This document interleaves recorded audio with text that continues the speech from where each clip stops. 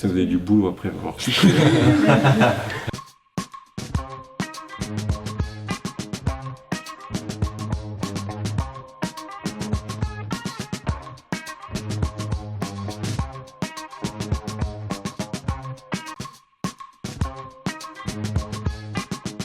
Selon les moments, les termes ont souvent changé. C'était le cinéma underground, c'était le cinéma expérimental. Selon les pays et les époques, on peut trouver beaucoup d'appellations. Et l'art vidéo se met dans cette logique-là. C'est-à-dire on prend un médium comme quelque chose qui existe. Alors il y a eu le cinéma, c'est un médium. On prend la vidéo, c'est un médium. Mais on est des artistes, donc on ne va pas faire de la télé.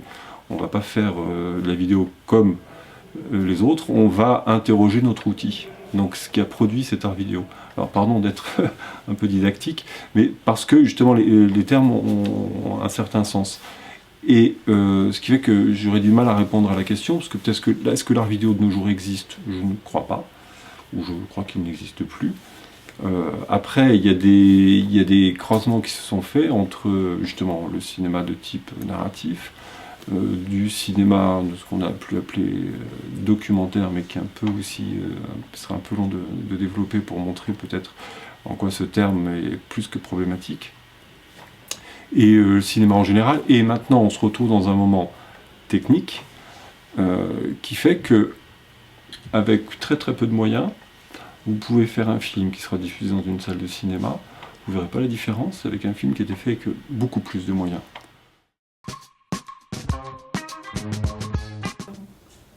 La question est ouverte. Et donc le cinéma commence là. C'est-à-dire que je m'assieds et il se passe quelque chose devant moi et il y a un contrat implicite qui dit, même si on regarde aussi, pardonnez-moi aujourd'hui, je fais beaucoup d'histoire, mais c'est pourtant pas mon domaine, même si on voit que le dispositif cinéma tel que nous on le connaît, en fait il s'est stabilisé assez tardivement.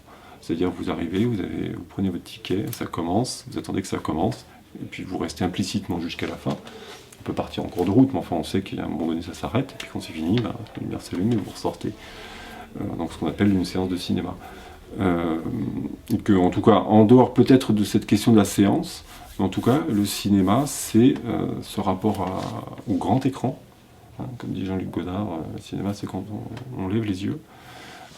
C'est ce rapport au grand écran et cette question de diffusion publique, ce qui est aussi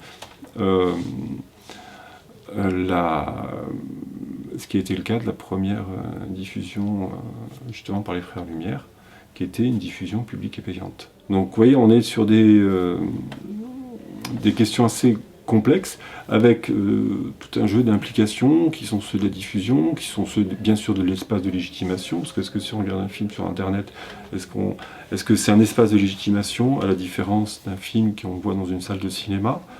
Le rituel, s'il y en a un, n'est pas le même, c'est évident. Notre attention n'est pas la même non plus, mais en dehors même du rituel, parce que c'est physique, tout simplement. Hein. Puis même quelque chose qui fait 10 cm², c'est pas la même chose que quelque chose qui en fait 15 mètres carrés, ou voire plus. Donc bien sûr, c'est un régime d'attention. Donc, on peut tous prendre un crayon, hein, c'est pas compliqué. Et on est peut-être à ce stade-là, on peut tous prendre un crayon et écrire quelque chose. C'est peut-être là, le moment du cinéma, techniquement, il est là, parce qu'on n'a pas tous, mais enfin on sait qu'il y a quelques milliards de smartphones sur la planète, c'est-à-dire pas pour tout le monde, mais quand même pour beaucoup d'entre nous. Peut-être qu'à peu près autant que de crayons, peut-être même plus que de stylos. Et à partir de là, est-ce qu'on va être tous je sais pas quoi, les Rimbaud ou je vous laisse choisir le nom du cinéaste que vous voulez, de demain, j'en sais strictement rien. Donc l'outil est extrêmement disponible. Donc ça propose des facilités. Bon, le crayon, je pense que si on creusait un peu, je pense que ma comparaison tomberait très vite à une analyse un peu poussée. Mais enfin, il y a quand même quelque chose de cet ordre-là qui se joue actuellement. Et donc, forcément, ça induit sur des possibilités d'écriture, ça induit sur des possibilités de forme, ça induit sur des contenus, ça induit sur énormément de choses.